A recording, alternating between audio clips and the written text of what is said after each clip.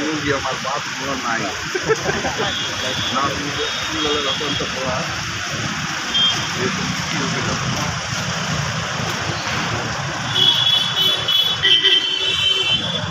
पहले यहाँ से होगा ना भैया।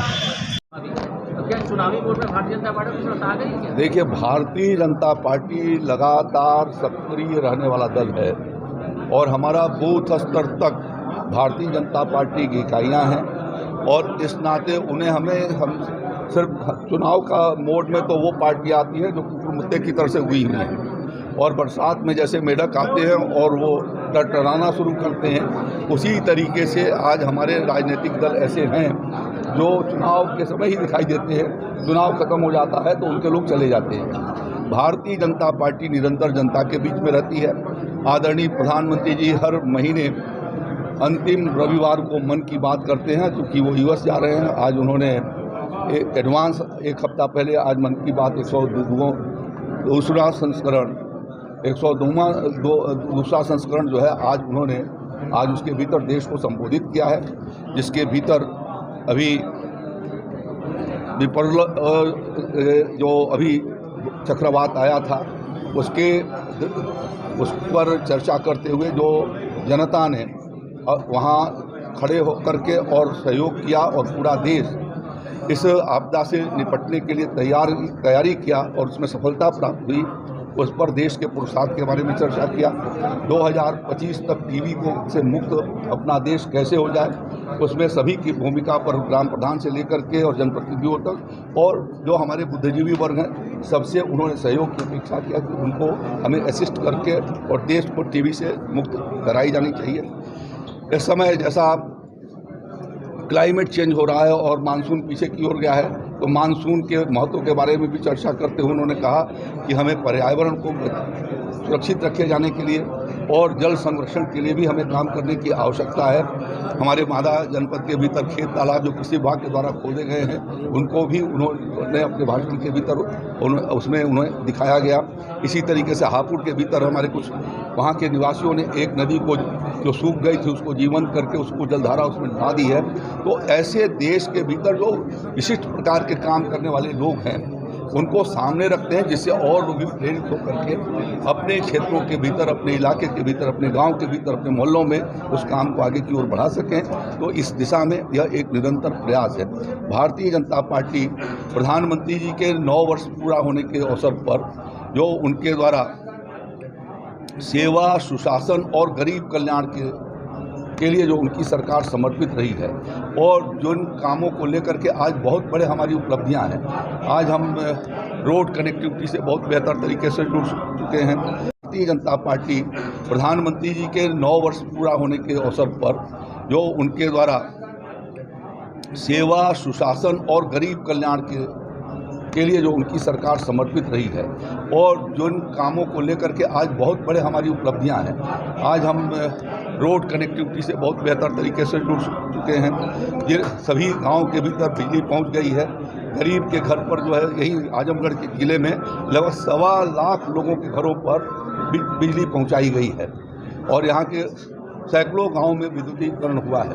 पीएम किसान सम्मान निधि के माध्यम से यहाँ के 7.5 लाख किसान भाइयों को हर साल जो है वो 6,000 रुपये उनके खाते में पहुँच रहा है और लगभग 1400 करोड़ रुपए से ऊपर की धनराशि पीएम किसान सम्मान निधि के माध्यम से यहाँ पर उनके खातों में गई है।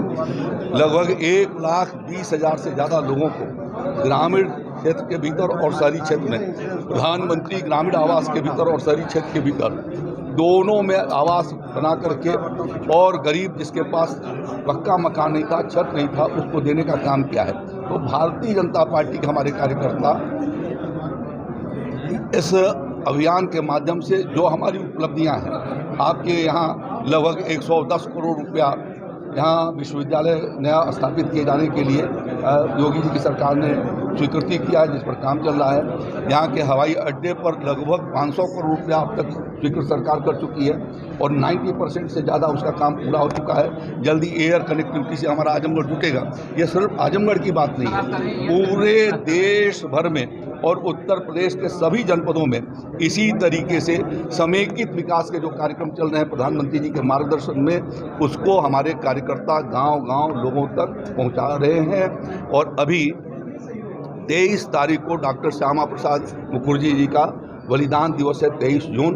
उस दिन उनको श्रद्धांजलि अर्पित करने के बाद अगला 7 दिन 23 तारीख से लेकर के 30 तारीख तक डोर टू डोर संपर्क, हर गांव में हर बूथ पर डोर टू डोर संपर्क हमारे भारतीय जनता पार्टी के कार्यकर्ता करेंगे।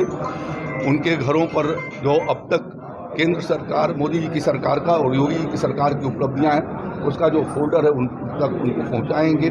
जो लाभार्थी हैं विशेष रूप से आवास के, जिनके घरों पर शौचालय, जिनके यहाँ शौचालय बने, उन्हें जिन्हें बिजली कनेक्शन दिया गया है, ऐसे लाभ तक स्वीकृत सरकार कर चुकी है और 90% से ज़्यादा उसका काम पूरा हो चुका है। जल्दी एयर कनेक्टिविटी से हमारा आजमगढ़ जुटेगा।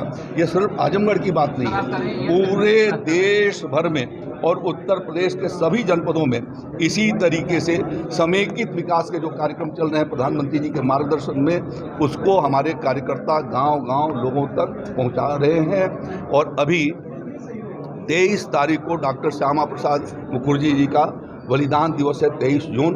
उस दिन उनको श्रद्धांजलि अर्पित करने के बाद अगला 7 दिन 23 तारीख से लेकर के 30 तारीख तक डोर टू डोर संपर्क, हर गांव में हर बूथ पर डोर टू डोर संपर्क हमारे भारतीय जनता पार्टी के कार्यकर्ता करेंगे। उनके घरों पर जो अब तक केंद्र सरकार, मोदी जी की सरकार का और योगी जी की सरकार की उपलब्धियां हैं, उसका जो फोल्डर है उन तक उनको पहुंचाएंगे। जो लाभार्थी हैं विशेष रूप से आवास के, जिनके घरों पर शौचालय, जिनके यहाँ शौचालय बने, उन्हें जिन्हें बिजली कनेक्शन दिया गया है, ऐसे लाभार्थियों से भी वो संपर्क करेंगे और उनके साथ अपने स्मार्टफोन से फ़ोटो खींच करके और डालेंगे भी, जिससे कि ये लोगों को आभास हो सके कि कितना तेज गति से हर गांव के भीतर, सिर्फ जिला मुख्यालय पर ही नहीं, हर गांव को कैसे विकसित किए जाने का काम मोदी और योगी जी की सरकार ने किया है, वह हम लोगों के बीच में पहुंचा रहे हैं। और मेरा ये मानना है कि 9 वर्षों में जो मोदी जी की सरकार ने काम किए, पिछले 50 वर्षों में Congress party, Samajwadi party, Bahujan Samaj party, UPA, जितने लोग शामिल थे वो नहीं कर पाए। यदि मोदी जी जैसा प्रधानमंत्री पहले मिल गया होता तो आज देश हमारा कितने ऊंचाइयों पर पहुंचा होता। उसमें उन पार्टियों ने इस देश के विकास की गति को रोका, ठप किया। आज देश की जनता जागरूक हो चुकी है और ऐसे जो कुकुरमुत्तों की तरह से उगी हुई पार्टियां, कब मोर्चा बनेगा और कब जो है विघटित होगा।